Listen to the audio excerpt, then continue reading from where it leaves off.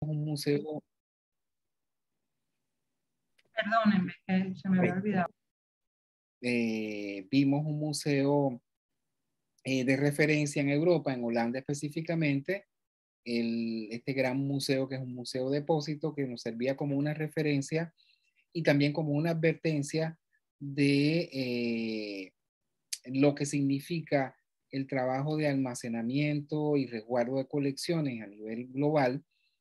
Todo museo se enfrenta en algún momento a los límites físicos de su planta arquitectónica y a los desafíos que eso implica, es decir, buscar nuevos espacios, ampliar o simplemente poner en exhibición todo lo que se tiene, incluso sin las condiciones óptimas de exhibición, ¿no? Entonces, bueno, vimos todo esto, nos dio espacio también para conversar sobre algunos de los proyectos, específicamente sobre el de Gabriela y sobre el de Romy.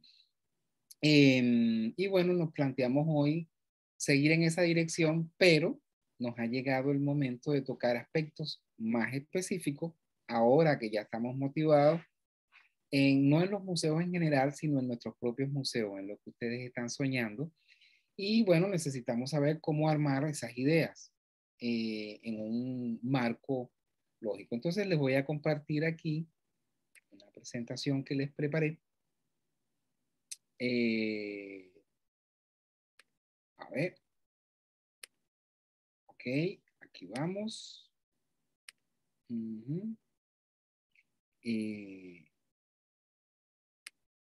Bueno, primero el número mágico. Estamos en el número 7 de nuestros encuentros. Nos quedan 3. Y de trabajo de contenido nos queda 1 más este, que serían 2. Puesto que los 2 últimos encuentros, como ustedes saben, los vamos a dedicar solo a la discusión de proyectos, ¿no? Pero en este encuentro particular vamos a tocar aspectos muy específicos. En este caso, las exposiciones en museos y la puesta en escena. Pero no vamos a avanzar hasta allá, hasta tanto nos repasemos nuevamente nuestra primera diapositiva, la del primer encuentro, la que decía que era un museo, y es bueno recordarlo, una institución permanente, sin fines de lucro, orientada a la adquisición, conservación, estudio y difusión de su fondo con fines de educación, estudio y disfrute. Todo lo que no esté dentro de esta amplísima definición ya no es un museo, será un centro de arte, será una galería, etcétera, pero no necesariamente un museo. Tiene que ser permanente, sin fines de lucro, con fines de adquisición, conservación y estudio, ¿no? Ese es nuestro marco general según la definición de el ICOM. Y nosotros habíamos dado una aproximación muy sencilla, como ustedes recuerdan, de 3 áreas principales del museo para no complicarnos, porque ahora viene la complicación, que son el área de colecciones, el área de exposiciones y el área de comunicaciones. Una estructura muy simple, que se complejiza cuando ustedes la ven presentada de esta manera. Ok, esas 3 grandes áreas, como ya decíamos, son colecciones, exposiciones y comunicaciones, pero tienen subáreas o en la mayoría de los museos se les llaman departamentos o unidades o espacios, y para nosotros van a ser los departamentos de registro, en el caso de las colecciones, conservación, documentación y curaduría. Ese segmento que ustedes ven allí, coloreado más o menos de un color muy suave, tipo, ¿qué? Tipo indefinido. En las 2 columnas de la izquierda serían, digamos, las unidades que tienen directamente que ver con el manejo de las colecciones. La de registro, porque es la que hace los inventarios y la catalogación de las colecciones. La de conservación, porque es la que tiene que ver con la limpieza y restauración eventual de las obras. La de documentación, porque tiene que ver con el archivo y la documentación relacionada con la información de las obras y de la colección. Y la de curaduría, que tiene 3 grandes segmentos de trabajo, que son la investigación, el análisis y la conceptualización, que pueden ser de las obras en específico, pero también de las exposiciones y de las publicaciones y de todo lo demás que se hace en el museo, como vamos a ver más adelante. Entonces, en el bloque central de columnas, en el área de exposiciones tenemos dos departamentos vitales que son los de museografía y los de montaje, ¿no? En museografía trabajamos con la determinación de la ubicación de las obras y el recorrido de la exposición, y en el montaje con el ensamblaje. En realidad no es ensamblaje, sino embalaje. Disculpen, ahí hay una transcripción disléxica, es desembalaje, es embalaje, traslado e instalación de las obras, ¿no? En la parte del montaje. Finalmente, en el tercer gran núcleo de trabajo museístico tendríamos las áreas de diseño, publicaciones, educación y prensa, cada una con sus respectivas actividades. En diseño, la diagramación de los catálogos, guías, libros y textos de sala. En las publicaciones, la corrección, edición, supervisión de imprenta. Y en el área de educación, los talleres, los cursos, las actividades didácticas en general. El área de prensa, que tiene que ver con toda la información hacia el espacio público. Y el área de redes, que también trabaja con información y contenidos propios de las exposiciones. Entonces, ahí tienen dibujado en grandes trazos no solamente las tres grandes áreas del museo, sino todos los departamentos que lo componen. Y como ustedes ven, hay por lo menos 4 y 4, 8, 10, 11 departamentos y otros más según el tipo de museo. Como ven, es una empresa compleja. Aunque no tengamos estos departamentos en cada uno de los museos, las funciones que ellos cumplen sí se tienen que cumplir aunque sea un museo pequeño. Es decir, si hay una persona, tiene que hacerlo todo. Registrar, conservar, documentar, curar, hacer museografía, montaje, diseño, publicaciones, educación, prensa y redes. Todo eso hay que hacerlo para que el museo pueda funcionar, independientemente de la cantidad de personas y del alcance de las mismas, ¿no? A ver. Entonces, acá. Ok. Del área de registro estuvimos conversando un poco en el encuentro pasado, combinado con el área de conservación. Aquí le traje simplemente una imagen de referencia, un poco para refrescar qué es lo que hay que registrar, qué es lo que hay que archivar, catalogar, etcétera. Y tiene mucho que ver con un acervo como este. En este caso son, en esta imagen de referencia, tenemos embalajes, pinturas, esculturas, cosas que hay que colocar en estantes o en parrilleras o en distintas áreas, y por lo tanto necesitamos tenerlas perfectamente inventariadas con el número correlativo de inventario y catalogadas de acuerdo a la información exacta que corresponde a cada obra, es decir, su tamaño, altura, peso en el caso de que apliquen, en el caso de las esculturas, la técnica en que están desarrolladas, el autor, el año de la realización, si tiene inscripciones, si tiene algún tipo de observación respecto a su conservación, etcétera, todo eso va allí. Tenemos allí, como en la imagen de la derecha, otra referencia de otro tipo de depósito, en este caso planera, que se utiliza mucho para fotografías, dibujos, etcétera.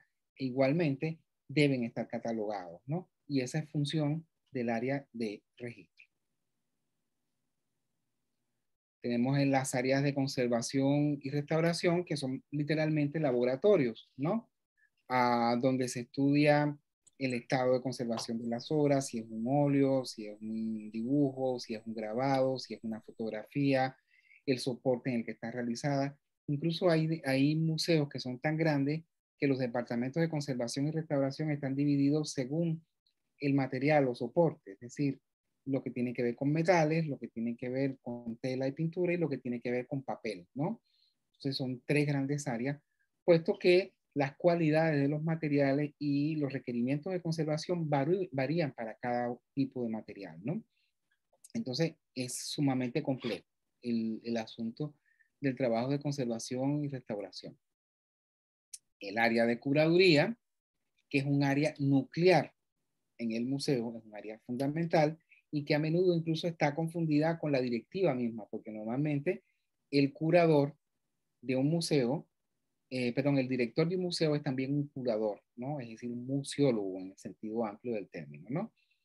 Y la curaduría, bueno, tiene una serie de funciones que seguramente ustedes han estudiado y repasado en la asignatura que dicta Lorena González, pero aquí básicamente vamos a decir muy rápidamente que el curador es el encargado de ofrecer criterios para la adquisición de colecciones, por ejemplo, y de obras, de argumentos y criterios para hacer exposiciones, también para seleccionar obras, también se ocupa del estudio de las mismas, ya sea dentro del marco institucional de un museo o fuera de estas. Puede trabajar para museos, fundaciones, entidades públicas, galerías de arte, etcétera, pero aquí nos estamos concentrando en el curador de museo. Es muy importante tener en cuenta que la palabra curaduría tiene varios sinónimos en el mundo del arte y que en algunos casos la palabra curaduría se confunde con la palabra conservador. En Europa, sobre todo, se utiliza el término conservador. Entonces, el conservador del museo es el curador del museo, ¿no? Y el restaurador es el restaurador. Pero también se utiliza coloquialmente en Europa, sobre todo, la palabra comisario, que no se utiliza dentro del museo, pero sí en la curaduría independiente, ¿no? Entonces, tengan en cuenta eso, que conservador, curador y comisario pueden ser sinónimos según el lugar donde se aplique. Pues bien, es tan importante nuclear la actividad del curador y de la curaduría en la institución museística que en realidad se relaciona transversalmente y no jerárquicamente, sino transversalmente con todas las áreas del museo. Aquí tienen un correlativo del cuadro anterior que acabamos de ver de las áreas del museo, pero para ver el tipo de relación que tiene la curaduría con las demás áreas del museo. Por ejemplo, con el área de registro, el curador coordina el estudio de la colección. Con el área de conservación, verifica y consulta sobre el estado de la conservación de las obras, de conservación de las obras. Con el área de documentación, investiga lo que la documentación tiene en sus archivos para conformar un perfil completo de la obra, del grupo de obra o del periodo que está estudiando. Con el área de exposiciones, con la museografía, discute los criterios sobre el concepto central de la exposición y los núcleos de interés en la exposición. Con el área de montaje, está obligado a mantener un intercambio de información sobre las características y requerimientos de las obras, por ejemplo, tamaño, peso, especificaciones de montaje, etcétera, que algunas obras los tienen. Y el montador puede ser muy diestro clavando y midiendo altura, pero debe saber cuáles son las cualidades específicas de cada obra. Entonces el curador debe notificar todo eso, ¿no? En el área con el área de comunicación, tenemos que el curador debe proveer las pautas de contenido para la diagramación de los catálogos, guías y libros y textos de sala y discutirlo con el área de diseño. El diseñador, por supuesto, es un experto en su área y hace proposiciones específicas de imagen gráfica, pero sobre la base de unas pautas de contenido que son las que maneja el curador. Con el área de publicaciones, igualito, el curador es el que provee los contenidos como los textos para las publicaciones o gran parte de los textos de las publicaciones y demás, ¿no? Con el área de educación, maneja los criterios de contenido para el desarrollo de talleres específicos respecto a las exposiciones o proyectos con los que trabaja. Y con el área de prensa está igualmente las pautas de contenido. Como ven, la actividad del curador es bastante panorámica, poliédrica, y por tanto, por eso es que un curador es tan versátil y debe manejar tantos niveles de contenido, debe tener nociones de cada una de las áreas para poder sostener la complejidad de manejar exposiciones, obras y colecciones en la totalidad de un museo que tiene distintas áreas y distintos departamentos, ¿no?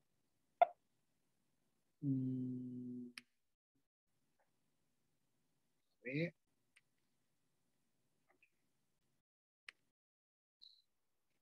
por no dejar, vamos a poner aquí algunos ejemplos. Hemos hablado del curador.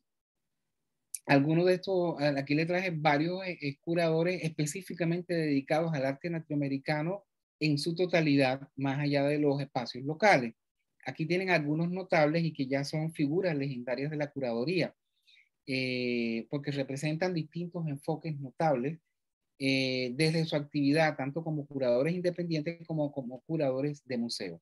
Por ejemplo, Gerardo Mosquera, curador de origen cubano, que ha sido, entre otras cosas, curador del Museo del Barrio en Nueva York, del cual vimos algunas imágenes hace unos días, por ejemplo, y que es uno de los renovadores de la mirada latinoamericanista en torno a las obras y prácticas artísticas en el continente. Gerardo Mosquera es también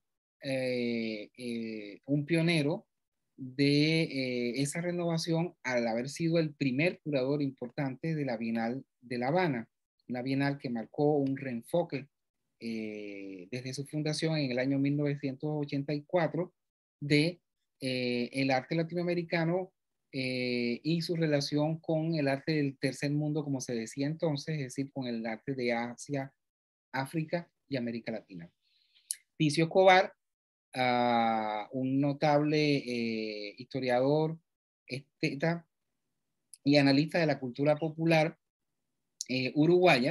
paraguaya, y quien ha sido durante muchos años también el director del Museo del Barro, del cual vimos unas imágenes hace unos días. Mari Carmen Ramírez, quien es la curadora del Museo de Bellas Artes de Houston, y a quien se le debe también la iniciativa del Centro de Documentación Digital y de acceso a todo público que maneja el Museo de Bellas Artes de Houston, ¿no? Justo Pastor Mellado, un curador y teórico del arte chileno, muy influyente y que ha desarrollado toda una teoría muy interesante acerca de la curaduría como creación de infraestructura para vista desde los países latinoamericanos, ¿no? Aquí tienen también otras cuatro habilísimas curadoras de periodo más reciente, entre ellas Inés Kassenstein, quien es la curadora de arte latinoamericano del Museo de Arte Contemporáneo de Nueva York, pero del Museo de Arte Moderno de Nueva York, el MoMA, y por iniciativa de la Fundación, es decir, es con el apoyo de la Fundación Cisneros que este Departamento de Arte Latinoamericano tiene una actividad frecuente de profundización de la presencia de los latinoamericanos en los Estados Unidos. Tienen a Gabriela Rangel, que durante muchos años fue la directora del espacio America Society en Washington, que después fue la directora del Malva, museo que también vimos hace unos días, y que en la actualidad se desarrolla como curadora independiente. Cecilia Fajardo Gil, que ha sido durante muchos años curadora en distintas instituciones, entre ellas la Fundación CIFO en Miami, Cisneros Fontanal. También fue directora de la Sala Mendoza en Caracas y también se ha desarrollado como curadora independiente en los últimos años, siendo la autora de uno de los proyectos más interesantes de lo que se hayan producido en los últimos 4 o 5 años, que es un proyecto dedicado a la presencia femenina en el arte latinoamericano, en una exposición de referencia allá. Y Virginia Pérez Ratón, una notable curadora costarricense, que desarrolló el proyecto Teorética, también era artista, y a quien se le debe la fundamentación y conceptualización de las bienales de Centroamérica, que fueron tan importantes en el periodo posterior a la culminación de las guerras en Centroamérica, todas esas que hubo en Nicaragua, Salvador, Guatemala, y que culminaron con un periodo de pacificación que se ha prolongado hasta nuestros días, y donde ella intentó conceptualizar la presencia centroamericana, una presencia a menudo soslayada en ese entorno, ¿no? finalmente les traigo otros 4 notables curadores con enfoque latinoamericano: José Roca, que dirigió los espacios de la Biblioteca Luis Ángel Arango, el Museo y la Colección del Banco de la República de Colombia, y también que dirige un espacio Ars Más Natura, una fundación independiente en Bogotá.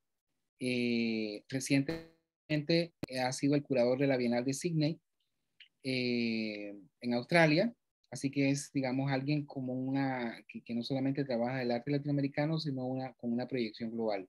Carlos Basualdo, un curador brasileño, que ha desarrollado la tesis de la curaduría como cartografía, un curador muy influyente,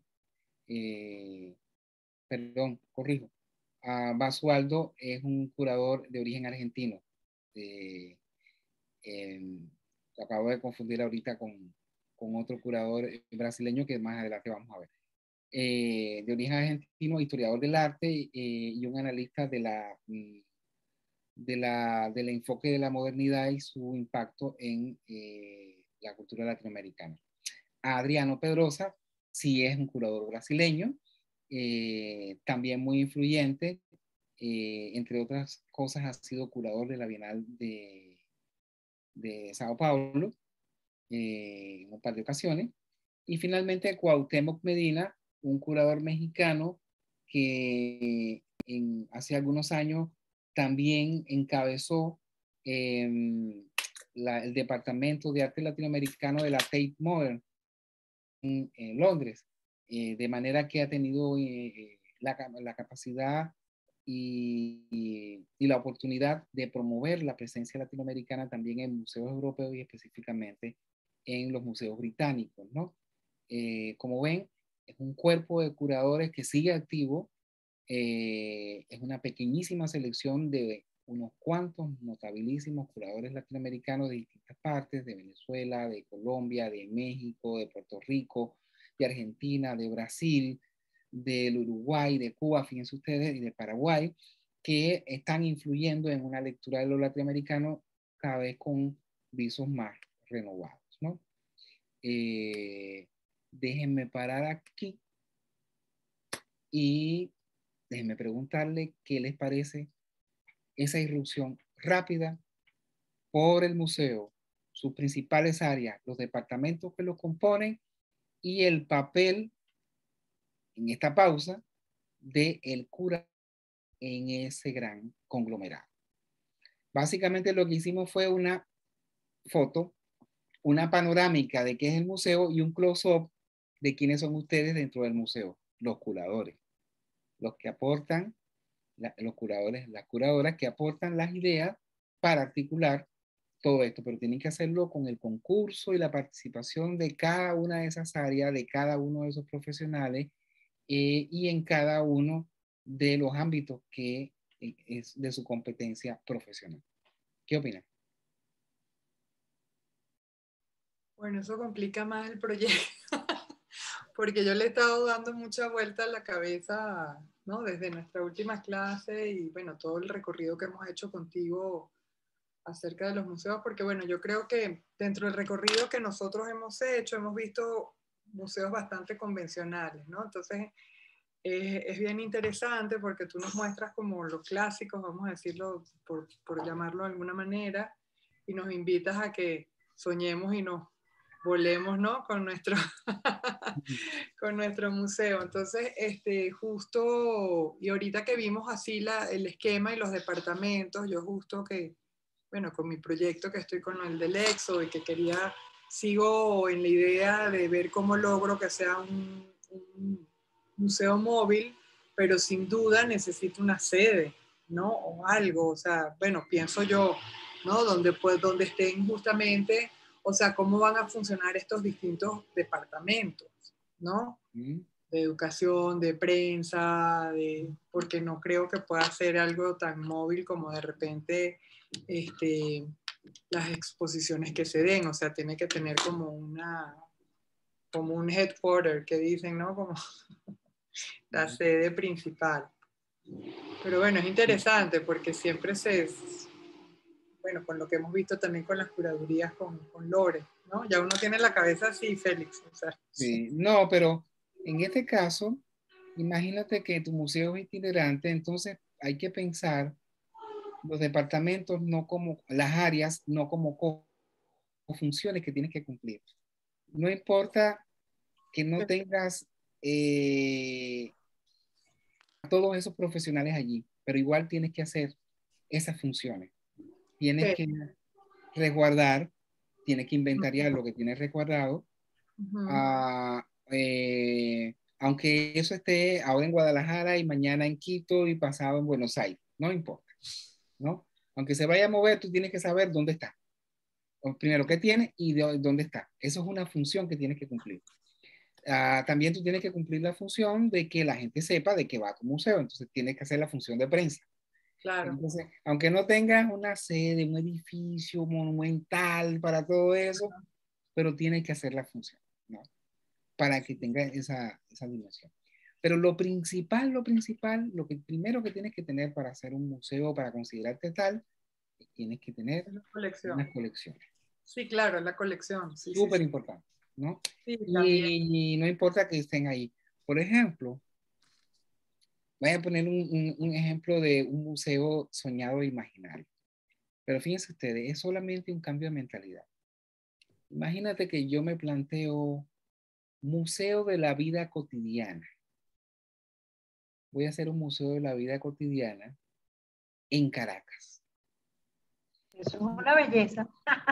Entonces, ese museo de la vida cotidiana en Caracas lo que quiere mostrar es cómo han vivido en las últimas, cómo vivieron los venezolanos en el siglo pasado. Y está subdividido en distintas áreas, cómo vivían las clases populares, cómo vivía la clase profesional y cómo vivía la élite.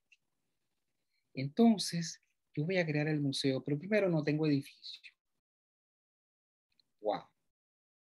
Segundo, pero bueno, si yo voy a meter, ¿qué debería tener mi museo? Bueno, mi museo debería tener portarretratos, vajillas, sofá, luminaria. O sea, un museo muy heterogéneo que no es de arte, no es de artes decorativas, no es de esto. ¿De qué es mi museo?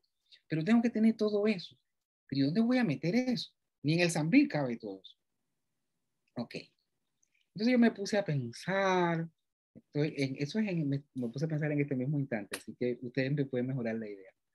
Y yo digo, bueno, primero lo que yo voy a hacer es, yo voy a identificar una vivienda típica del siglo XX venezolano, de inicio del siglo XX venezolano, en cada una de las clases sociales, ¿no? O de los grupos humanos. Y entonces, bueno, para las clases populares, Barrio Obrero de Catia. Allí hay unas casas que yo conozco porque yo visité, en donde que eran todos zapateros, no sé qué y tal, y que vinieron de migrantes y tal. Ok, quiero una casa como esa. Okay. Ajá, luego, está bien. Petare, en el casco histórico de Petare, hay unas casitas parecidas a donde vivió Álvaro Rivas. Vamos allí. Tengo otra casita popular. Clase media profesional donde vivían los doctores. Vivían por Bellomonte, no sé. Vivían en el Paraíso. El Paraíso. Me gusta el Paraíso. Una clase por ahí. Ok, y la clase alta, bueno, todo el mundo piensa en el country club, puede ser el country club, puede ser Valle Arriba, puede ser, ok, ya me ubiqué, ajá, entonces esas casas, voy a catalogar las casas. Casa del año 1925, habitada por tal y tal y tal y tal, fue construida por tal y tal y tal, arquitecto anónimo, o arquitectura vasca, o arquitectura no sé qué, tal, tal. Ok, voy a hablar con los dueños. Empiezo a hablar con los dueños y les digo, mira, esta casa es una casa modelo y tal de la vida cotidiana y tal. ¿Les gustaría entrar en un programa del museo y tal? Y bueno, ¿y cómo entramos nosotros? Bueno, ustedes van a hacer la colección. ¿Cómo que la colección? Sí, bueno, ustedes son los dueños, viven aquí, no sé qué, pero por ejemplo, el salón no lo toca. El salón está en exhibición y tal. Bueno, les voy a hacer corto el asunto. Ya ustedes entendieron por dónde iba yo. Yo quiero tener mi museo, quiero tener mi colección, pero no tengo local, pero tengo esas casas y tengo un programa asociado donde tengo catalogada el salón de la casa tal en Valle Arriba, la cocina de la casa tal, en el paraíso, la cocina de la casa tal, en un acuerdo con la familia, eso sigue bajo la jurisdicción de la familia, pero yo tengo un convenio de custodia de eso como, y lo manejo como una colección. Para llamando a mi conservador, mira, vete a ver cómo están las vajillas, ¿no? Mira, le faltan 3 cucharas de plata, una no sé qué, hay que reponer, hay que restaurar, no sé qué. Entonces, en mi museo imaginario es un museo de la vida cotidiana en Caracas, en donde yo no necesito un edificio porque tengo algo mejor, tengo la vida misma y tengo un acuerdo ciudadano, donde yo puedo hacer que mi museo fluya y viva según un acuerdo, según unas condiciones, y puedo hacer todas mis funciones. El área de educación de mi museo tiene que crear una, un recorrido itinerante los fines de semana. ¿A dónde vamos? Vámonos para Katia. Y vamos a ver 3 viviendas. En una vamos a ver el salón, el otro no sé qué, el no sé qué. Por ejemplo, ¿no? Pero también al departamento de diseño le voy a decir, ponme un letrero y un logo. Donde quiera una casa dentro de, aquí está. Y así, y tengo que hablar con el departamento de curaduría, mira, señor, tienes que hacerme microexposiciones o recorridos, créame contenido para hacer recorridos de contenido. Bueno, ¿qué les parece mi museo? Pero esa gente va a tener todos los fines de semana personas aquí en su casa, por ejemplo. Bueno, ahí tú vas a ponderar con la persona, por ejemplo, si tenemos el comedor, la forma en que, pero en un acuerdo a lo mejor las personas les encanta, saben que los domingos ellos van a hacer, a lo mejor es el personal del museo, hasta eso, y hay que hacerle un programa de entrenamiento. No sé si vieron que yo les mandé una cosa que vi en el Twitter de un museo del libro venezolano. Ajá, sí, Yo lo sí, mandé sí. por el grupo. Entonces Sí, el sí, señor, lo que leí ahí es que el señor hace 3 años quiso hacer el Museo del Libro, buscó 1000 libros como importantes de la memoria y ya lleva 2000, entonces no tiene sede tampoco.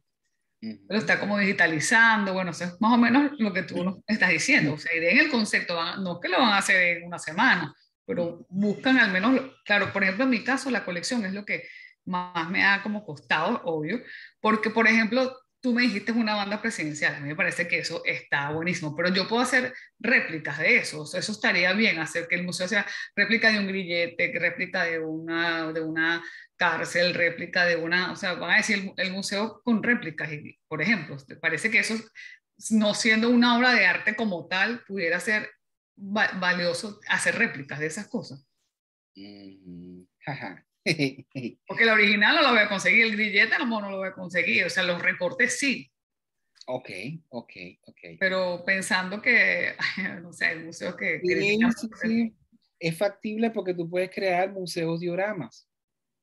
Esto es, tú puedes hacer un diorama, por ejemplo, ¿cómo era que se llama? La isla del burro famosa del periodo gomecista.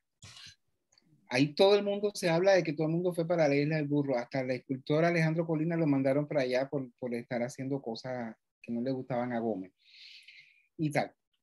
Entonces, bueno, imagínate tú que en la literatura teórica se habla de que le ponían un traje tal, le ponían un grillete tal, o que lo soltaban ahí y que comían en una...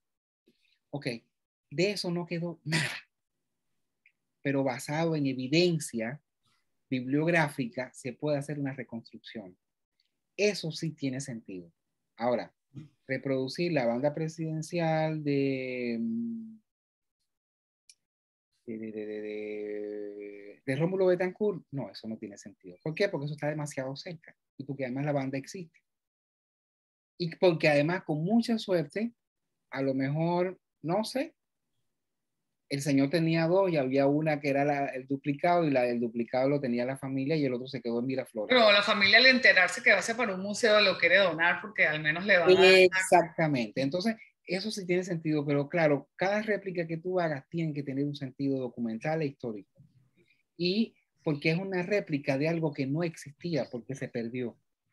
Por ejemplo, un levantamiento en 3D de una celda en la isla del burro. Si es que había, yo no sé si estoy, como no lo sé, es bueno que un investigador diga, bueno, levántame esto porque eso es muy importante, porque eso fue el primer vestigio en el siglo XX de que la democracia estaba amenazada, porque empezó con una dictadura, ¿no? Que se prolongó en el tiempo. Entonces, primero la gente tiene que saber por qué la democracia es buena. Y la democracia es buena porque se opone a lo contrario, que es el autoritarismo. Entonces hay que dar ejemplos de autoritarismo para que el Museo de la Democracia tenga la manera de distinguirse. Por ejemplo, ¿no?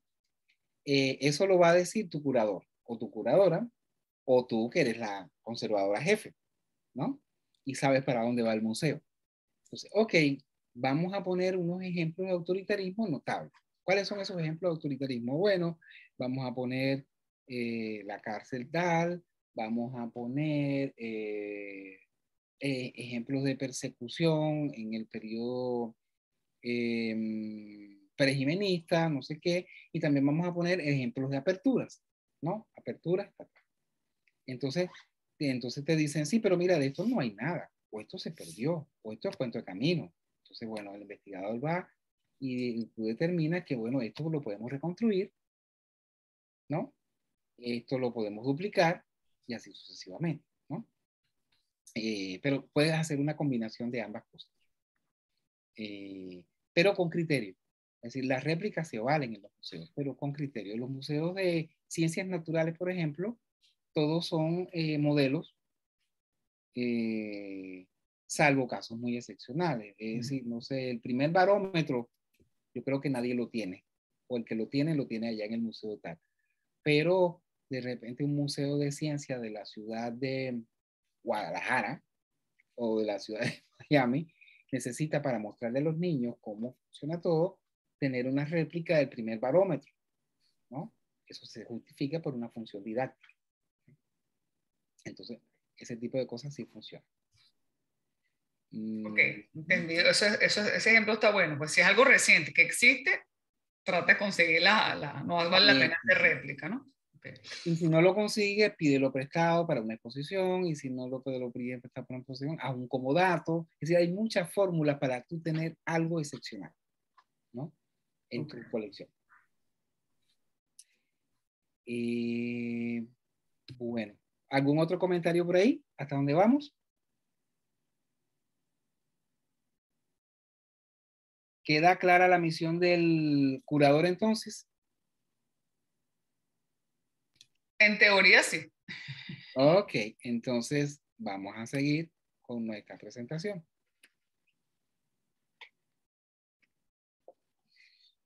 Ok, entonces seguimos. Ya le dimos la importancia que le correspondía al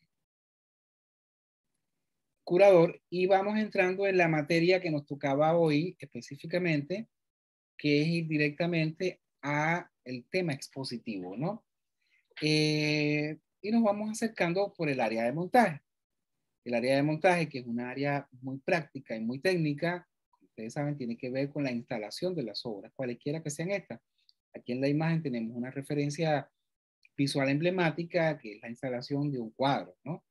Y la mayor parte de las personas se sorprenden que la instalación de un cuadro lleve tantos rigores como ese que ustedes ven allí. Es decir, 3 personas sosteniendo la obra. Es un tema de seguridad, es un tema de seguridad con la obra, pero también con las personas. Uno mirando si está encajándose correctamente, otro midiendo, como ustedes ven, el nivel, el eje de visión que ellos están siguiendo es probablemente unos 50 centímetros o 59 pulgadas, da lo mismo, que es la altura promedio de la mirada y que es el que más se usa en museo. Por eso es que ustedes ven que más o menos las obras se ven estables, porque tiene que ver con nuestro eje de visión. Fíjense que corresponde, el horizonte de la pintura casi corresponde con la línea del láser del nivel que tienen en la cabeza, en la imagen derecha, los montadores, ¿no? Entonces, bueno, sí lleva toda esta ceremonia, la instalación de un cuadro, y se hace uno a uno, uno a la vez, no apurado, despacio, ¿no? El área de montaje es la que se ocupa de esto, pero todo el montaje empieza aquí, cuando hay que desembalar las obras que llegaron, ¿no? Abrir la caja, después que se deja el tiempo correspondiente para que se acomoden a la temperatura y al ambiente en el que están, En los preparativos se estudian la forma de los anclajes, cómo se van a colgar, el peso de la obra, etc. Y el equipo de montaje entonces decide con qué clavos va a trabajar, con qué tornillo, con qué ramplú, etcétera, ¿no? Si se necesita una máquina adicional para llevar la pieza hasta el lugar, etcétera, ¿no? Ahora, el montaje es una cosa y la museografía es otra. El montaje es muy práctico, muy específico, muy técnico. La museografía, además de que es práctica y específica, es un hecho intelectual. Por eso el museógrafo es el que participa y decide en el proceso de dónde se van a instalar las obras, cuál es el ritmo que van a tener, cuál va a ir una al lado de otra, porque el discurso de la exposición es un discurso que es cuadro a cuadro, es decir, obra a obra, paso a paso, una a una. Es así como habla el museo, es así como habla la exposición, ¿no? Por eso es tan importante tanto la ubicación en secuencia de las obras como las pausas que se hacen, como la distancia entre esas pausas. Como ven ustedes aquí, el museógrafo está pensando en una pausa larga, lo que te significa que te está haciendo un par de conjuntos. Hay dos obras más relacionadas entre sí que se separan de otras dos obras más relacionadas entre sí. Con esto el museógrafo quiere decir algo que debe corresponderse con lo que el curador también quiere decir, ¿no? Es un lenguaje, es una gramática y tiene una sintaxis específica, y esa sintaxis se mueve en el espacio. Es una sintaxis corporal y visual, ¿no? Pues bien, hay toda una ciencia sobre el tema de las exposiciones, y aquí les traje una bibliografía muy relevante si les interesa profundizar en esta materia. En este caso, el libro Thinking About Exhibitions, de tres autores, tres estudiosos canadienses y norteamericanos, que escribieron este libro.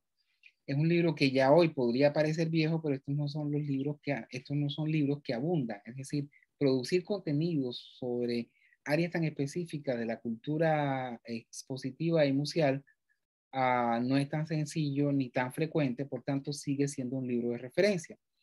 Y vean ustedes lo que dicen estos tres autores aquí. Dicen, las exposiciones se han convertido en el medio a través del cual la mayoría del arte se da a conocer. Es decir, hoy se conocen las obras de arte no en general o no fuera de contexto. El contexto de presentación de una obra de arte casi siempre es la exposición. No era lo que ocurría antes. Antes las obras se presentaban, no sé, en salones privados, en alguna iglesia, en espacios públicos, pero no necesariamente en una exposición, ¿no? Dice, las exposiciones son el principal lugar de intercambio en la economía política del arte, donde la significación se construye, se mantiene y ocasionalmente se deconstruye. La frase que está en negro es una frase decisiva aquí. Es el lugar de intercambio en la economía política del arte. ¿Por qué existe una economía política del arte? Una economía política del arte significa una relación de intercambio simbólico y también material, ¿no? Y en esa relación, la significación se construye. Es decir, que el valor de una obra de arte, el significado de una obra de arte, no es autónomo ni se da per se a sus propiedades físicas y sensibles, sino que se da en relación con otras obras, en otros contextos y en diálogo entonces con una atmósfera general. Por eso es que dice aquí la frase, se mantiene y ocasionalmente se deconstruye. Es decir, lo que mantiene el significado del conjunto de obras que están en el Prado, por ejemplo, es que es arte español y europeo desde los siglos XV hasta el XIX. Por eso es que Picasso no entra allí, que es algo que habíamos hablado, pero también eso es lo que le da sentido a ese conjunto de obras allí reunidas. Y si el Prado tiene otros intereses adicionales, para eso crea extensiones. Por eso, en el edificio en particular que acoge el núcleo central de la colección, todas las obras van en esta dirección. Parte espectáculo, parte evento sociohistórico, parte dispositivo de estructuración, las exposiciones, especialmente las exposiciones de arte contemporáneo, establecen y administran los significados culturales del arte. Fíjense ustedes, no se omite el hecho de que una exposición sea un espectáculo. Tiene que ser, porque es el momento en el que se muestra algo, se exhibe algo, se despliega algo. Parte de eventos sociohistóricos, algunas exposiciones, sin dejar de ser espectáculos, son eventos definitivos en el momento de la historia. Uno de esos momentos definitivos, y aunque no nos podemos detener demasiado en él, fue la famosa exposición Armory Show en 1913 en Nueva York.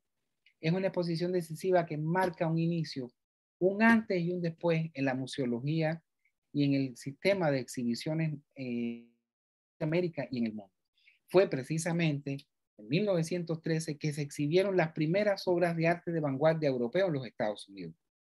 Fue de donde surgió la inspiración después de crear el MoMA y de crear determinadas instituciones, y por tanto es una exposición de valor socio-histórico. Allí estaba el desnudo descendiendo la escalera de Marcel Duchamp, por poner un ejemplo, pero también estaban las obras de Matisse.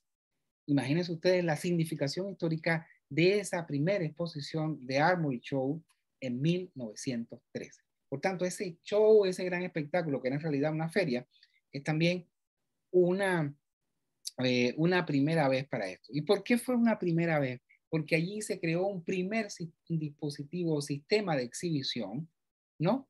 Un primer display modélico para hacer las exposiciones de arte. Más adelante, si tenemos tiempo, les traigo los planos para que ustedes vean que es el modelo primitivo de exhibición en ferias y bienales. Básicamente lo creó el Armory Show. Entonces dicen, al final, la última frase, y todo en negrita, las exposiciones establecen y administran los significados culturales del arte. Y eso es categórico. El significado cultural del arte, es decir, no el sentido de una singular, sino el significado cultural del arte, es también un resultado del sistema de las exposiciones. Una exposición es la que te dice cómo ha de ser vista una obra de arte en un contexto determinado. Les pongo un ejemplo reciente que tenemos por aquí, por la ciudad de Miami recientemente, que es un buen ejemplo. La muestra Marisol y Warhol toma en Nueva York. Es una muestra de época. Toma el periodo 1960-1968 y muestra a dos grandes artistas, sus relaciones, sus obras, sus colaboraciones, pero en el contexto de Nueva York de los años 60. Entonces allí hay una marca, una construcción de sentido que te dice, Warhol era una estrella, pero no estaba sola. Habían otras estrellas, aunque algunas no eran tan visibles como los otros. Y ambos construyeron una imagen singular de todo eso que después fue resumido bajo la rúbrica de la estética pop, ¿no? Entonces, fíjense ustedes, ahí tenemos una lectura cultural de dos autores, esta vez en diálogo, ¿no? Pensada desde la idea de un museo.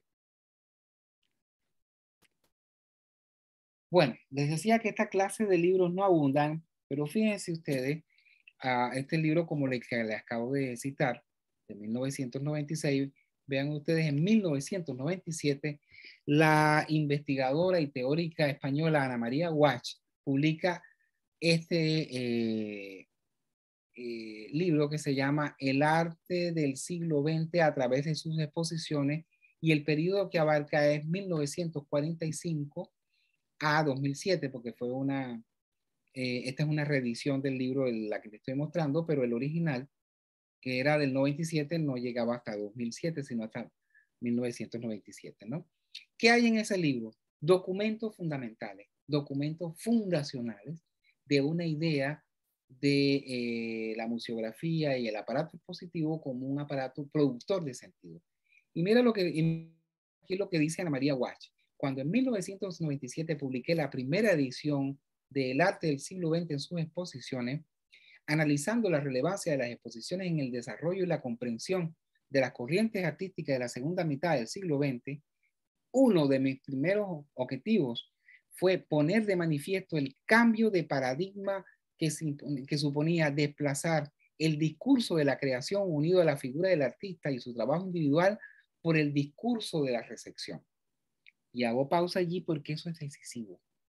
Es decir, antes de esta fiebre expositiva que genera el siglo XX, el paradigma central del discurso era basarse en la obra y en la creación del artista. Es decir, era el sentido de la obra lo que prevalecía sobre todo lo demás.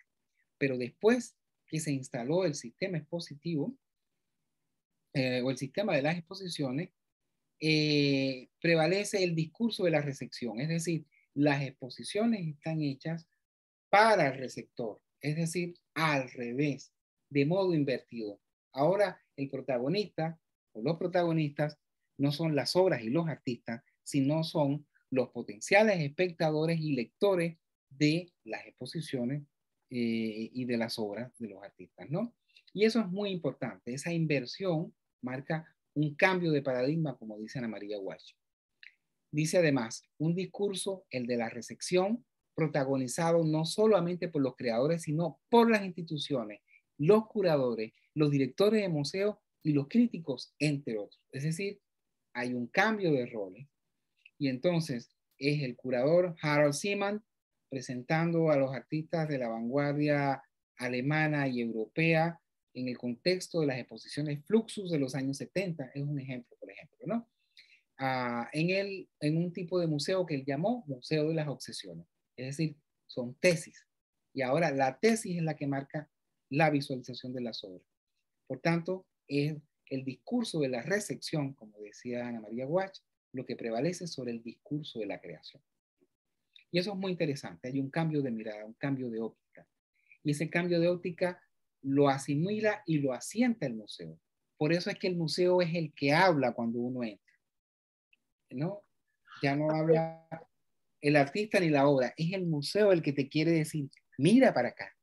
Sí, fíjate que en el artículo que yo leí en esa página que le recomendé a todos nosotros, que es la de Eve, el profe, decía justamente que ahorita los modelos de los museos deben estar centrados en la audiencia, ¿no? Que es lo que dice esta investigadora que está citando, porque ellos decían que debe ser un museo capaz de apoyar a los gestores de museos en la planificación de acciones de mejora y aumento de la calidad de sus servicios prestados. Es decir, que ver cuál es la necesidad de la audiencia, de traer nuevos flujos de visitantes, ¿no? O sea, generar valores para que, bueno, y creo que es la manera de mantenerlos vivos, ¿no? Un poco lo que hemos tratado durante todas las clases que dice usted que, bueno, que no seguir viendo los museos como mausoleos, ¿no? Sino como sitios de intercambio. Exactamente. De cultura, de generación de cultura, ¿no? Exactamente. Y realmente en lo que el museo ha tenido la vanguardia en los últimos años es justamente en redefinir el papel cultural de la obra de arte. Entonces, ya el sentido de una obra de arte no se agota en qué es la inspiración de un autor o qué son sus meditaciones, sino en que ese autor recoge un espíritu de época que comparte con otros autores y quien lee eso es el museo y lo hace a través de su curador y de todo el aparato conceptual y estético que lo acompaña, ¿no? Fíjense ustedes que ahí cambió todo, ¿no? Por supuesto, se ha traído algunos problemas en el mundo del arte, entre ellos un resentimiento velado y latente, que es casi permanente, porque algunos autores y artistas piensan que se han cambiado de rol y que ahora los protagonistas son los curadores, son los directores de los museos o son los coleccionistas y no los artistas, ¿no? Pero es solamente un malentendido. Básicamente se trata de un cambio de mecanismo, ¿no? Todos tienen un rol importante, que igual antes lo tenían, solo que el énfasis ahora no está en la voz del artista, sino en lo que el sistema expositivo puede hacer con el artista y los que lo acompañan, ¿no? Otro libro.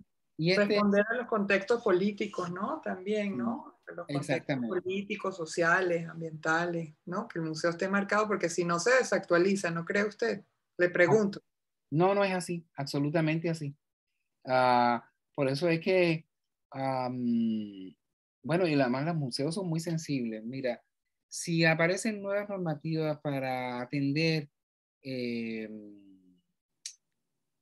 simbólica, coloquial y jurídicamente, por ejemplo, a la discapacidad, el museo es el primero que tiene que hacer rampas para acceso a los discapacitados móviles, tener dispositivos para los discapacitados visuales, etc.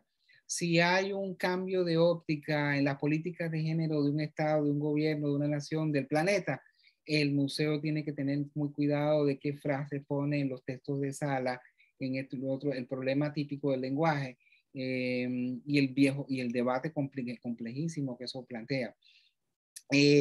Si hay un cambio de política respecto a la emigración, los museos deben estar muy atentos al tema. Ustedes recordarán que en el anterior gobierno, por ejemplo, en los Estados Unidos, en el anterior gobierno, y con el tema de la pandemia, el expresidente Donald Trump tuvo algunos tipos de consideraciones públicas bastante agresivas con ciertos emigrantes, ¿no? Y la respuesta de algunos museos norteamericanos, especialmente el neoyorquino, fue exhibir a obras de arte provenientes de migrantes de esos países que eran notables e imprescindibles en la arte, ¿no? Entonces, incluso el museo, según las circunstancias, puede tener una función de contestación. No es lo corriente, pero algunos museos lo hacen si lo creen pertinente. Entonces, sí, hay un contexto contextual, político, económico, etcétera, etcétera, etcétera. Entonces, vean ustedes el papel. Y en ese papel decisivo del museo, el museo lo hace a través de las exposiciones. Es decir, el lenguaje que emplea el museo es el de la exposición. Aquí le traigo entonces a un tercer texto de referencia que también les recomiendo en caso de que estén queriendo profundizar en la historia y evolución del fenómeno expositivo, y es el libro que corresponde a Marianne Staniszewski, el poder del display, ¿no? Una historia de las exhibiciones en el MoMA. Es fascinante porque uno ve toda la evolución de las exposiciones en el MoMA y son ejemplares los distintos tipos de exposiciones, las de fotografía, las de arquitectura, las de arte moderno, etcétera, ¿no? Y vean ustedes, como ella dice en su libro, trato un aspecto de la historia del arte moderno que ha sido oficial y colectivamente olvidado. ¿Y por qué había sido oficial y colectivamente olvidado? Porque lo que la mayor parte de la gente olvidó es que el arte moderno, como todos los tipos de arte, es una construcción de un sistema expositivo. El arte moderno empezó a existir cuando empezó a ser definido como arte moderno y ser exhibido como arte moderno, ¿no? Y eso ocurrió no en Europa, donde surgió, ocurrió en los Estados Unidos, donde empezó a presentarse y había que mostrarlo de la manera apropiada para que un público nuevo tuviera contacto con ese tipo de producciones, ¿no? Porque en Europa, el arte moderno era un asunto de élite, de entendido y de excéntrico. En Norteamérica, el arte moderno se convirtió rápidamente en un tipo de arte oficial y compartido, ¿no? Y eso se logró gracias a las exposiciones. Bueno, vamos a hacer una pausa aquí y coméntenme qué opinan. Bueno, es realmente interesante porque de verdad que es como un constructo. Además, esa idea, ese fin logrado de democratizar de alguna manera la experiencia, ¿no? Yo, por ejemplo, o sea, creo que ese dilema entre, que me imagino que al artista le pasa, pero al fin, sí, de ese tema, digamos, de la figura, de la estructura misma del museo, del curador fundamentalmente, ¿no? Que al final, que bueno, lo hemos hablado con Lorena, ¿no? Yo en lo particular creo que el curador genera también como una poética, pero lo hace a partir de del trabajo de un creador. Entonces, lo veo como algo complementario o algo que construye un sentido que se libera a veces, o sea, si hay percepción para hacerlo, en esa especie de puesta en escena, ese diálogo abierto entre las obras, el espacio, la estructura, la forma de instalarlo, oye, que llega a ser de verdad una experiencia realmente determinante, ¿no? A mi entender. y uno se imagina cómo sería la experiencia si no pasara por eso, y es como por ejemplo en los inicios, lo que vimos en esos primeros museos, ¿no? Aquellas cosas como un poco apiñadas, donde no prevalecía un sentido de la lectura, del espacio de cada obra. Oye, y para uno, digamos, es casi imposible pensarlo de una manera diferente, pero realmente no siempre fue así. Y esto me llama mucho la atención y me quedo con esta idea que has dicho, es decir, lo que era en Europa inicialmente hasta que se plantean estas primeras muestras del arte moderno y cómo pasa a una categoría diferente y donde se hace un llamado a un público, eso, se democratiza la experiencia y eso me parece que es fundamental, ¿no? Bueno, y luego además pensando en el mundo contemporáneo y la experiencia digital, entonces eso se dimensiona aún más, ¿no? Eh, sí, me parece como reivindica totalmente la experiencia y la figura de ese eje que es el museo, ¿no? Bueno, a mí siempre desde el principio me lo ha parecido así, pero escuchándote, pues uno empieza a atar cabos, ¿no? Sí. Bueno, déjeme hagamos un recorrido, perdón, un ejercicio entre todos, para imaginarnos realmente. Ok, en esta imagen. Imagínense que en ese frío cuadro reticulado, ¿no? Que llamamos museo, está todo eso ahí, ¿no? Y que vamos a ingresar una obra, ¿no? O mejor dicho, que andamos por ahí y de pronto nos conseguimos, no sé, en una venta de antigüedades, una obra de polvo, polvorienta y no sé qué, y entonces nos la venden una antigüedad, una cosa, y ven, ¿y cuánto vale? Y está barata, y a mí me gusta, me recuerda el cuadro que tenía mi papá, ok, y me lo llevo, ok. Vamos a someter ese cuadro polvoriento y qué sé yo que tengo clase a este aparato, ok. Mira, ¿y esto qué es? Bueno, mira, esta obra es una donación que quiere hacer la señora tal que dice haberlo comprado en una tienda de antigüedades. Ah, una donación. Ah, ok. Ok, llévenlo al departamento de registro a ver. Entonces en el departamento de registro lo ven, le hacen su inventario, si es una pintura hecha sobre lienzo, pero un lienzo muy grueso, no se sabe muy bien, está muy llena de polvo, se lo pasan a los conservadores, sí, hay que hacer una limpieza, bueno, hágansela. No, lo limpia, descubren que es tela de coleto, ok, pero que es muy delicada y que se le pueden desprender los pigmentos, porque, ¿se llama?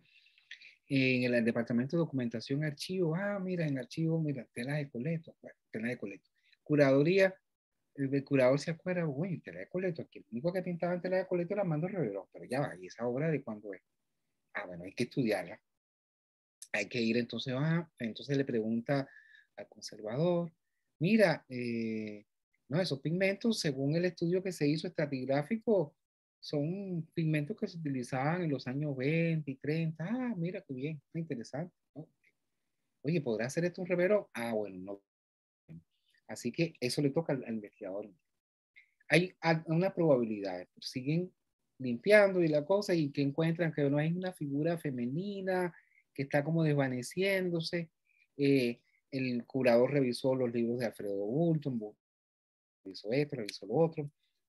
No encontró ningún indicio, nadie dice que se perdió una obra, la gente pensaba que era un cuadro antiguo, pero en el estudio de conservación se encuentra que en realidad hay un repinte y que en realidad lo que es en la superficie no lo pintó, no lo pudo haber pintado Reverón porque es una pieza ahí, pero debajo hay una. Ok. Pero se descubrió una medio firma y la firma decía PP2. Ajá, PP2, el autor del repinte. Y el de abajo, no sabemos. Bueno, total, que por una cosa extraña, en esta historia ficticia, alguien descubre que en realidad PP2 parece ser que por alguna razón obtuvo una pintura que no le gustaba o que lo utilizó como soporte y era un reverón. Y el reverón estaba debajo de PP2. Y ese es el gran descubrimiento. el departamento de observación certifica esto, el curador verifica todo esto y sí, ocurrió porque se estilaba que bueno, Reverón votaba los cuadros que no le gustaban. Una suposición y tal. Y se plantea la gran exposición. Descubierto un Reverón debajo de una obra como dibujo latente. Ajá. ¿Y ustedes qué van a hacer? ¿Se van a quedar así? No, ustedes necesitan hacer una campaña bien buena sobre la base de los contenidos de la investigación del curador y tal, y necesitan trabajar eso mucho en prensa y redes. Ya viene por ahí. Necesitan hacer actividades educativas importantes, pero necesitan sobre todo una super puesta en escena, ¿no? Una super puesta en escena, que es, necesita una buena museografía que realce esta obra, ¿ok? Y que incluya el estudio documental que se hizo. Entonces vamos a poner los rayos X, la parte del estudio químico, qué sé yo, necesitamos un buen montaje, qué sé yo. Cuando esa obra que lo que quería donar la señora, convertida en un reverón, termina de pasar por esta máquina, ese reverón que no era, ya lo es. Y no solamente lo es, sino que reveló una importancia cultural. ¿Cuál es la importancia cultural? Un reverón que no se conocía, primera. Pero segunda, muestra de la técnica primitiva de Reverón. Cuando no era el pintor, seguro que después sí fue. También muestra la ignorancia cultural de alguien que lo utilizó para repintar porque no entendía lo que había ahí, ¿no? Entonces, ¿qué le parece? Ese es el aparato museístico funcionando. Esa es esa política del significado social y cultural del museo, ¿no? Es lo que se hace en el museo justamente, ¿no? Darle ese realce, esa lectura y darle un encuadre o reencuadre a todo producto que se considere significativo, ajá, y susceptible de ser compartido como un bien común, ¿no? Por algún tipo de razón, por la relevancia que pueda tener, por el significado que pueda tener para las personas, por el contexto histórico y político que se plantee, etc. Pero todo producto que pase por un museo, todo objeto que se presente en un museo, pasa por este mecanismo. Y cuando sale del otro lado, es otra cosa, definitivamente, ¿no? Por eso es que dicen estos autores que acabamos de ver que es una máquina que produce sentido, justamente, que añade, que complementa, como decía Ana María Walsh, el discurso de la recepción protagonizado no solamente por los creadores, ya no se trata solamente de Reverón, sino por las instituciones, los curadores, los directores de museo y los críticos, entre otros, ¿no? Que son todo un aparato. Entonces, dicho lo anterior, quiero concluir este recorrido de hoy con un par de ejemplos, unos ejemplos muy sencillos de unas puestas en escena, ya que hemos visto el valor de la puesta en escena. Le traigo dos casos. Uno, el caso de Alfredo Yar, un artista de origen chileno, residenciado desde hace muchos años en Nueva York, pero que en el año 1994 participó en uno de los proyectos más interesantes de cuantos se hayan hecho en Venezuela en la década del 90, y específicamente en un museo que era muy relevante entonces, el Museo Jacobo Borges, hoy convertido en museo universitario. Y fue el proyecto Cámara Lúcida, curado por Jesús Fuenmayor. En ese momento dirigía el museo Adriana Meneses, Inver.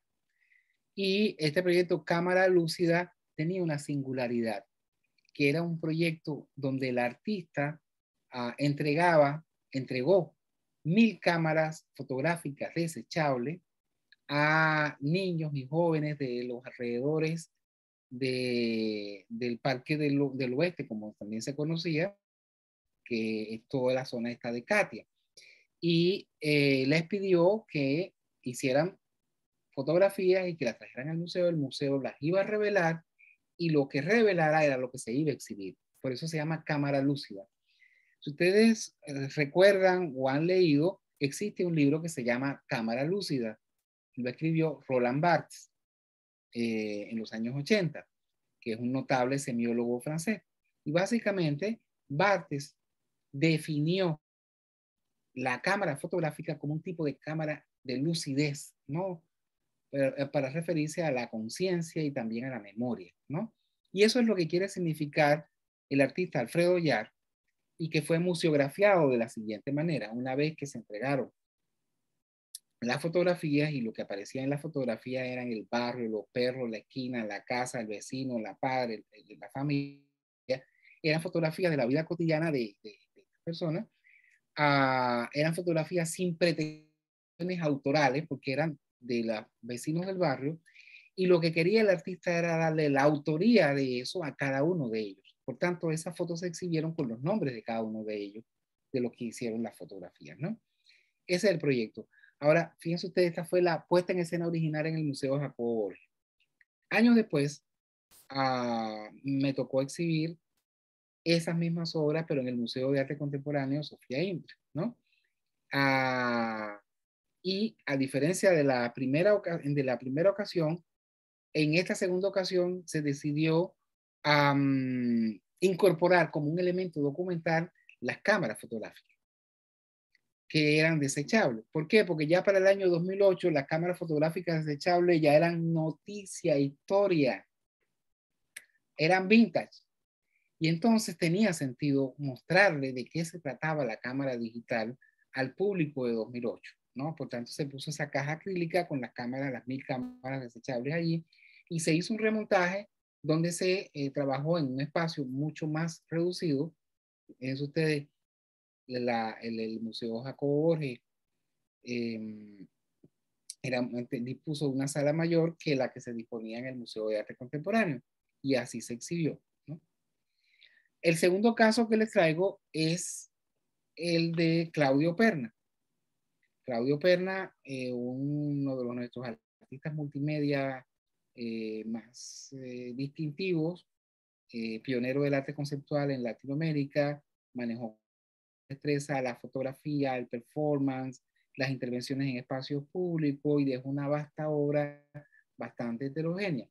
Entre ellas dejó este proyecto interesantísimo que se llamó Fotografía Anónima de Venezuela, del año 79, y que consistió básicamente en que Claudio Perna tomó los negativos olvidados en un estudio fotográfico y los reveló.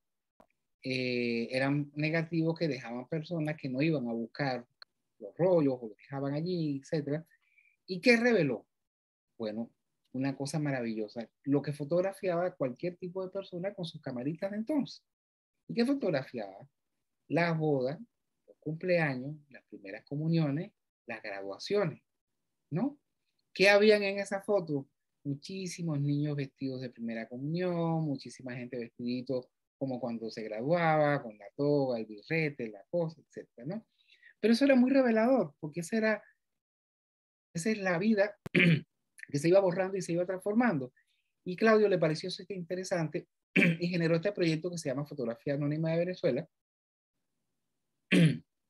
Y aquí tienen un ejemplo de cómo se montó en la Galería de Arte Nacional en 2004, en el contexto de la exposición individual de Claudio Perna.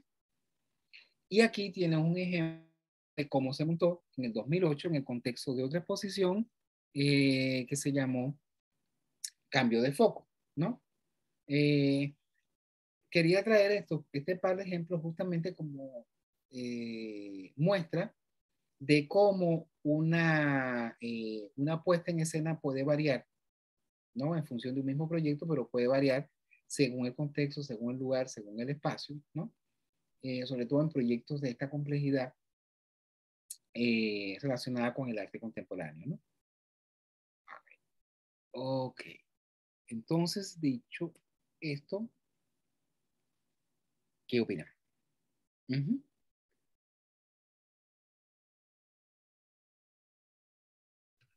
Bueno, Estoy súper... sí, muy interesante eso de las fotografías. Bueno, el del proyecto de las cámaras, ya yo había visto eso en otras partes. De hecho, ahorita creo que también hay una gente en Petare que le está dando cámaras no 1000, pero le están dando cámaras a la población en general en Petare para que tomen fotos también. Sí. Y no conocí este antecedente, pero sabía que había algo por ahí. Pero... Ese antecedente es la base. De hecho, quien está trabajando en esto de Petare que tú comentas, y es muy interesante, es una chica, ¿cómo se llama? Elizabeth. Diana Rangel. Bueno, Diana también lo ha trabajado. De hecho, en algún momento trabajaron juntas y todo ha sido con el apoyo de la Fundación Ana Frank. En Espacio Ana Frank, perdón. Entonces, bien interesante porque va devolviendo, en cada caso tiene un objetivo distinto, pero el antecedente para el arte venezolano sigue siendo el mismo que fue este de Alfredo Villar. Todos conocen esa experiencia, es decir, es una operación consciente que hacen, ¿no? Pero tiene propósitos distintos según el lugar y el contexto, ¿no? Entonces es sumamente... Pero bien interesante que nos ponga además las mismas en 2 años diferentes, en 2 exposiciones, 2 espacios diferentes, porque, por ejemplo, Irina con su Museo del Éxodo, si lo tiene en una parte, lo expone diferente, si lo tiene en otra parte, con las mismas piezas, pero lo puedes exponer diferente. Está muy interesante. Y Gabriela con su Museo de la Fotografía, ya sabe que hay muchos tipos de fotografía. Y ese... Y además, muchas gracias, Félix, porque me puse a revisar. De verdad que ha sido inspirador y, bueno, súper importante, en serio, porque, bueno, hay que poner en perspectiva los sueños. Exactamente. Pero lo bueno en cada caso, y esto ya es refiriéndonos a sus proyectos específicos, siempre ha sido mi intención en esta asignatura que ustedes la disfruten. Es decir, no solamente que sepan, sino que lo disfruten. Y yo creo que el mejor saber es el del disfrute. Y porque creo que la museología y los museos lo merecen. Y creo que además es la única manera de hacer sostenible una relación con el museo, dada la complejidad que ustedes hoy han visto en su aparato científico. Pero hay que entrar por lo básico. Y lo básico es esencialmente que el museo es una institución que tiene que ver con la memoria y con el futuro y con las personas. Y si uno parte de ahí, es la manera primero de autosugestionarse. Pero después hay que tener siempre un punto de entrada, un punto de partida. Ustedes no se angustien. Acuérdense que Sofía Inver empezó en un estacionamiento. Eso era el museo. Y era lo que después fue la sala principal del museo. Ese casuchito ahí empezó ella, ¿no? Entonces, es bueno tenerlo en cuenta. Ustedes no se abrumen. Hagan el museo que sueñan y empiecen por donde puedan empezar. Es decir, pueden la banda presidencial, la banda presidencial y 4 fotos. Así empezar, ¿no? Y por ahí arranca. No olvidar que cuando Manuel Espinosa empezó la Galería Arte Nacional, en realidad la Galería Arte Nacional no existía, no tenía espacio y no tenía colección. Después, por supuesto, como fue la Galería Arte Nacional, fue básicamente una operación de reedición institucional de una colección. La colección apareció. ¿Cuál era? La del Museo de Bellas Artes. El espacio apareció. ¿Cuál era? La sede original del Museo de Bellas Artes. Después, con el tiempo, la Galería Arte Nacional se fue configurando y fue generando su propia colección y hasta finalmente obtuvo su propia sede, pero arrancó así. Entonces ustedes arranquen por donde puedan, ¿no? Y por lo que tengan. Lo importante es que el museo arranque con una visión de lo que quiere ser y a dónde debe llegar, ¿no? Y si es un museo de la democracia, que sepa hasta dónde puede abarcar, ¿no? Si es un museo de la fotografía, sepa hasta dónde puede abarcar y demás, pero que arranque donde puede, ¿no? Y así, si es un museo del éxodo, que arranque donde pueda, pero después que vayan todas las direcciones posibles. Y hay una memoria de la emigración, hay una memoria. Quizás en algún momento de ese museo debe haber un segmento dedicado a todas las migraciones y a descubrir que aunque cada migración es dolorosa, los humanos hemos sobrevivido migrando. No nos ha quedado... Bueno, hemos vivido y hemos creado, porque el mundo se ha gestado a partir de la migración. Exactamente. Desde que los tiempos inmemoriales. Pero tenemos, bueno, eso le tocará a Irina como directora del museo, pero tenemos momentos donde, claro, toda migración es una fractura, ¿no? Es una fractura, es un desprendimiento, no toda migración es planificada, no sé qué. Además, con las migraciones hay categorías que ya tienen tipificadas la ONU. No es lo mismo, uno dice los emigrantes, no, mira, hay una categoría que es desplazado, refugiado y emigrante. Son cosas muy distintas. porque está, ahí están los apátridas. Sí, no, y las acciones. Yo por eso también en el... No podemos, cuando se mete en el tema, es fácil. O sea, hay mucha colección, ¿no? ¿Qué objetos que vas a poner? ¿En cuál te vas a enfocar? Exacto, puede abarcarlo todo, Irina, pero eso que no lo sé. Fue Perdón, no te pude ver, se cortó Félix. ¿Y ahora? No escuché. Tenemos problemas. Las demás ahora sí, es como lento, pero no sé si es mi internet. Sí. Irina, me da la impresión de que es tu internet, ¿oíste? Porque sí, se me corta. Sí. A ver, habla. Ok. Háblanos. Ahora. Perdón, Félix, que no escuché lo que dijiste. ¿Podrías repetir lo que se fue el internet justo en ese? Ok, no, te decía que nos comentara para ver cómo estaba tu internet y si me estás escuchando ahora. Sí, pero lo que lo que estabas comentando antes con lo de las migraciones y bueno, también que estabas hablando del Museo de la Democracia, se me perdió, se me fue la onda. Entonces, sí, decía que en el tema de las migraciones hay subcategorías, ¿no? No es lo mismo desplazado que refugiado, que migrante. Incluso hay una categoría de gente que queda como apátrida, porque hay países que no te conceden nacionalidades, sino que no te las conceden per se, aunque seas hijo de, o aunque hayas nacido en el país. Entonces, no sé, tú eres eres hijo de un refugiado que naciste en Italia. Y entonces, ¿y el niño qué es? Bueno, italiano no es, te dicen ellos. Bueno, ¿pero por qué? Porque si nació aquí, bueno, no. Eso ya lo veremos cuando cumpla 21 años y cuando no sé qué cosa y hagamos todo un proceso. Pero mientras tanto, el niño está en la nada. Puede ser del país de donde viene, pero si es un refugiado, y eso significa que es un perseguido político, y el asilado político, que es otra categoría. Entonces, ok, hay muchos problemas vinculados a eso. Pero puedes empezar por el donde nosotros sabemos y por donde nos duele también. Podemos empezar por Venezuela. Sí, eso te comentaba, ¿no? De que justamente todo ese tema de la migración hay distintas categorías y eso es lo que a mí me ha complicado pensar en la colección, ¿no? Sí nos hemos centrado como paralelamente con el proyecto de curaduría en hacerlo con 3 artistas venezolanos con respecto al caso de Venezuela, pero sí, además con la migración, bueno, hay muchísimas cosas, lo que tú dices, la categoría y los distintos derechos, o sea, están los derechos humanos, entonces, o sea, hay muchos derechos que se mezclan ahí, ¿no? Políticos, internacionales, nacionales, de religión, entonces, sí, o sea, de verdad que me metí en camisa de 11 varas con esa colección. Sí, no, pero es interesante, es muy interesante. Además que hay muchas otras cosas, tú puedes tener, ponte tú, a mí una cosa que me conmovió mucho hace unos 4 años que viví durante un año en Ecuador, es que allí nos hicimos amigos de muchas personas, entre ellos de algunos emigrantes venezolanos.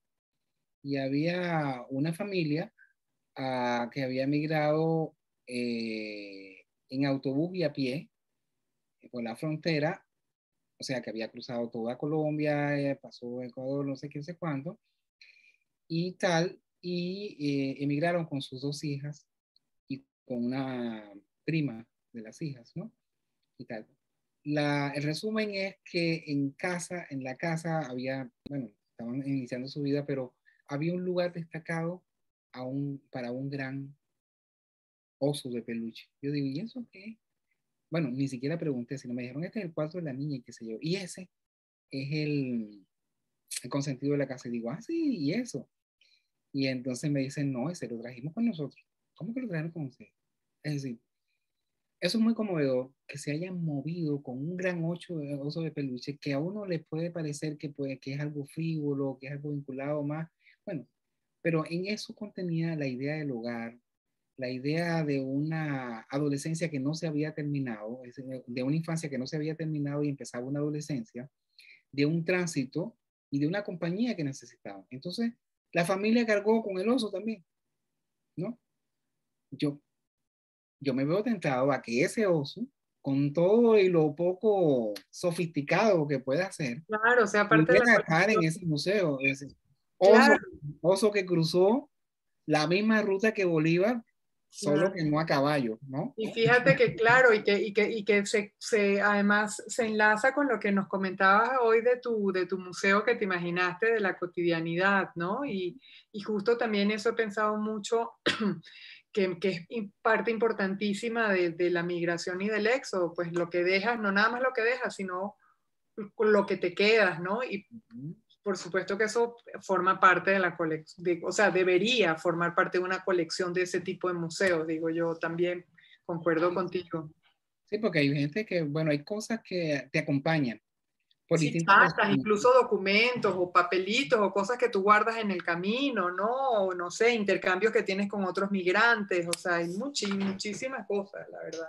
Bueno, yo creo que a ese museo tuyo van a tener que ir esos papeles, esa planilla que a uno lo ponen a buscar en Venezuela antes de uno salir de viaje, que son las actas de antecedentes penales, las apostillas que te pone el Ministerio de Relaciones Exteriores. Y el apostillamiento, auxilio. Que además después llega a ciertos países y dice, no, eso no vale. ¿Por qué? Porque este número está falsificado porque no corresponde. Y tú, pero si me lo dieron al ministerio. Bueno, sí, pero... No puede ser, ay no, peor. No, hay miles de cosas de esas que han pasado, horrible. Bueno, bueno, interesante, pero lo interesante es que yo creo que se les va encontrando un lugar. Además, para esos museos imaginarios hemos estado descubriendo que son también museos necesarios, ¿no? Así que si a ustedes se le ocurrieron es que es necesario. Bueno, yo creo que para no abusar del tiempo de ustedes, porque para que agarren una pausita porque tienen clase dentro de un ratito y lleguen frescas al mismo, creo que por hoy estamos muy bien. Espero que puedan ver de todas maneras otra vez la grabación, que le hayan hecho un pantallazo a por lo menos la estructura del museo y de la curaduría, y yo creo que eso lo resume todo, aunque no es tan valioso como en esta conversación, ¿no? Así que muchas gracias, tengan bonita tarde. Muchísimas gracias, de verdad, ha sido una clase estupenda, de verdad, infinitas gracias. Sí, bueno, gracias. Buenas tardes. Gracias. Chao, Ajá, chao. Elena, espero por ti, porque ese museo tuyo también estoy esperándolo. Claudine, también el tuyo. Estamos pendientes, profe, seguro que sí. Chao, gracias. Muchas gracias, un abrazo. Estoy pendiente, profesor. Sí, le escribo. Buen fin de semana. Chao, chao. Chao. Chao. Chao. Bye.